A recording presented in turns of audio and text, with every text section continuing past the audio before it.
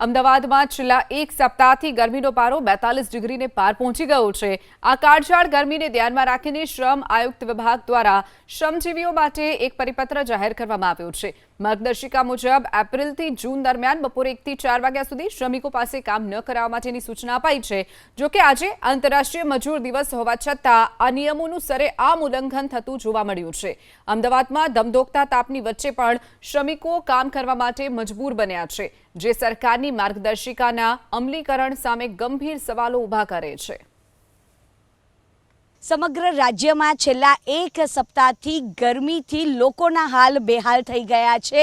એવામાં રાજ્ય સરકારનું જે શ્રમ આયુક્ત વિભાગે એક માર્ગદર્શિકા બહાર પાડી હતી, એ માર્ગદર્શિકામાં સૂચન કરવામાં આવ્યું હતું કે બપોરના 1 વાગ્યાથી જે શ્રમજીવીઓ હોય કે જે 1 વાગ્યાથી લઈને 4 વાગ્યા સુધી કામગીરી ન કરે તેવું પરિપત્ર જાહેર કરવામાં આવ્યું હતું। પરંતુ આપ જોઈ રહ્યા છો અમદાવાદના આ શેલા વિસ્તાર છે કે જ્યાં આગળ આ પરિપત્રનો જે ધજાગરા છે તે ઉડી રહ્યા છે।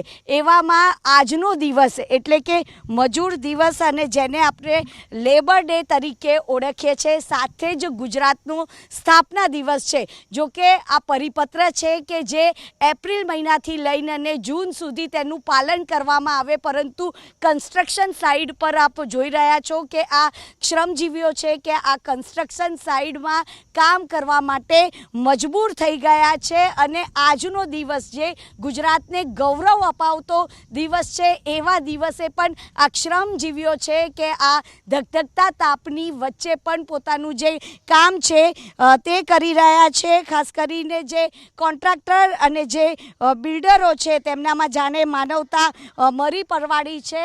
અને હાલ આપ જોઈ રહ્યા છો કે અહીંયા આગળ જે શ્રમજીવીઓ છે કે જે અત્યારે કામગીરી કરી રહ્યા છે, બપોરના 1 વાગ્યાથી લઈને અને 4 વાગ્યા સુધી કામગીરી બંધ રાખવાની જે માર્ગદર્શિકા જાહેર કરવામાં આવી હતી, પરંતુ અહીંયા જે માર્ગદર્શિકા એ માત્ર ને માત્ર કાગળ ઉપર રહી હોય તેવું લાગી રહ્યું છે। કેમેરામેન પિયુષ લેવા સાથે રાજલ બારોટ, ABP અસ્મિતા, અમદાવાદ।